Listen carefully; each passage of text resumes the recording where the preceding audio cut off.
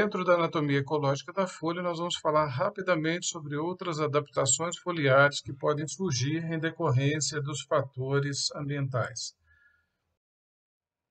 Uma característica muito comum que a gente observa nas folhas são variações em relação à presença ou ausência de luz.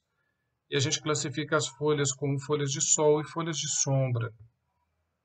Normalmente, as folhas de sombra, elas têm um mesofilo muito mais espesso, como vocês podem observar aqui.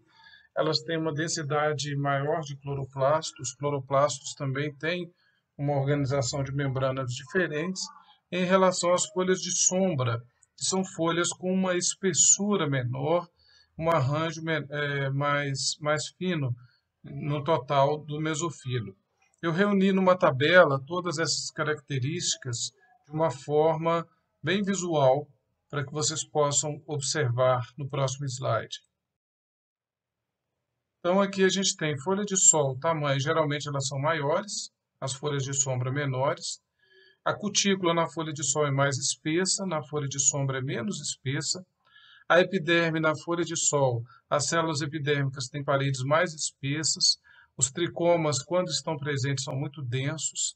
Já na folha de sombra, as células epidérmicas, elas podem ser especiais, elas podem possuir na sua face abaxial células bem diferenciadas. Frequentemente elas são maiores do que as células vizinhas, né? São conspicuamente em forma de lente, contém muitos cloroplastos, então é uma característica interessante, cloroplastos em células epidérmicas. E supõe-se que essas células funcionam na captura de luz exatamente por causa da presença desses cloroplastos. Com relação à composição celular do mesofilo, nas folhas de sol, o mesofilo é mais espesso, com o parênquima palissádico bem desenvolvido, e já as folhas de sombra, o parênquima palissádico é pouco definido e com abundantes espaços intercelulares, como vocês puderam observar no slide anterior. O mesofilo, como eu disse, é mais espesso na folha de sol em relação à folha de sombra.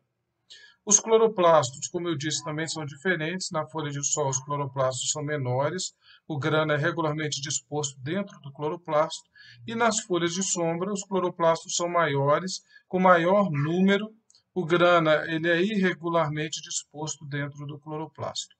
Obviamente, a taxa fotossintética nas folhas de sol é uma taxa fotossintética maior em relação às folhas de sombra. A fixação do CO2, consequentemente, é mais rápida em relação às folhas de sombra. E o sistema vascular também é mais extenso em relação ao sistema vascular de folhas de sombra. E uma outra adaptação interessante, que nós já falamos sobre elas, é em relação às epífitas, que são plantas que vivem sobre outras plantas e usam essas outras plantas ou outros objetos como substrato para alcançar a luz, não são parasitas. Essas plantas, então, se elas não são parasitas, como que elas obtêm os seus nutrientes? A tillandsia é um exemplo clássico, onde a gente encontra a epiderme foliar revestida por numerosos tricomas, são tricomas escamiformes, como a gente observa aqui nessa imagem, formado por esse escudo de células.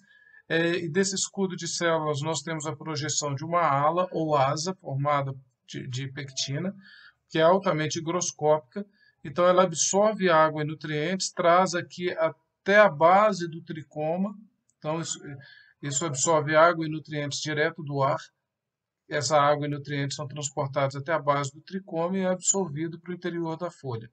Uma folha dessa tem milhares de tricomas escamiformes que permitem a essa planta viver. Vocês já devem ter observado essa planta ocorrendo até mesmo em fiação, essas fiações de rede elétrica, elas se desenvolvem ali retirando seus nutrientes do ar circundante.